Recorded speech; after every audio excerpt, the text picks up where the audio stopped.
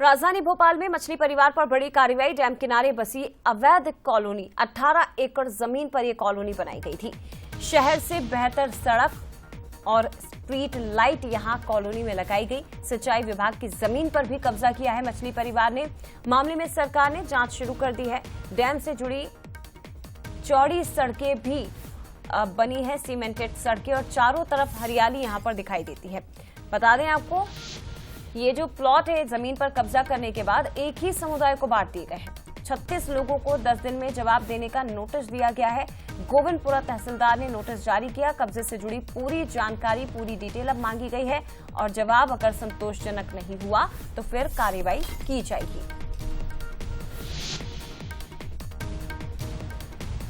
चलिए, और ज्यादा जानकारी के लिए सीधे रुख करते हैं। संवाददाता सूरज शर्मा हमारे साथ इस वक्त जुड़ गए हैं। सूरज, लगातार मछली परिवार पर ताबड़तोड़ एक्शन लिए जा रहे हैं। अब क्या जानकारी, जो नई कॉलोनी, नए प्लॉट यहां पर काटे गए हैं, उनसे जुड़े लोगों को भी नोटिस जारी किया गया?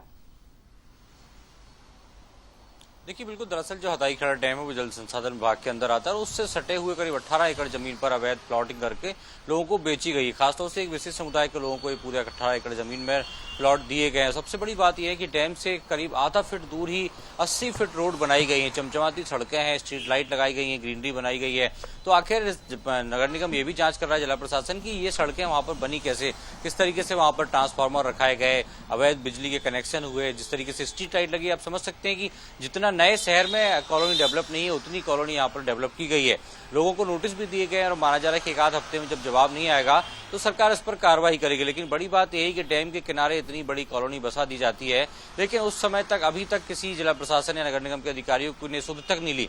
लेकिन जब ये मछली परिवार का जो कनेक्शन है वो ड्रग्स और बाकी तमाम अपराधों से लिप्त होते हुए माना गया, उसके बाद अब ये जांच शुरू की जा रही है। तो अब देखना होगा किस तरीके से नोटिस जारी हुए और नोटिस के बाद जो जिला प्रशासन है वो किस प्रकार की कार्रवाई करता है। लेकिन बड़ी बात यह और गंभीर मामला भी है कि जो डैम से लगी जमीन है उस पर प्लॉटिंग करके लोगों को बेच दी गई। लोगों ने घर भी बना लिए और साथ ही इतनी अच्छी तरीके से वेल मैनेज्ड कॉलोनी का डेवलपमेंट किया है जो किसी प्राइवेट कॉलोनी की तर्ज पर होता है। तो सवाल तो उठते हैं कि आखिर इसके पीछे जिम्मेदार कौन है। जी, निश्चित तौर पर सूरज, लेकिन फिलहाल बहुत धन्यवाद आपका तमाम जानकारी के लिए।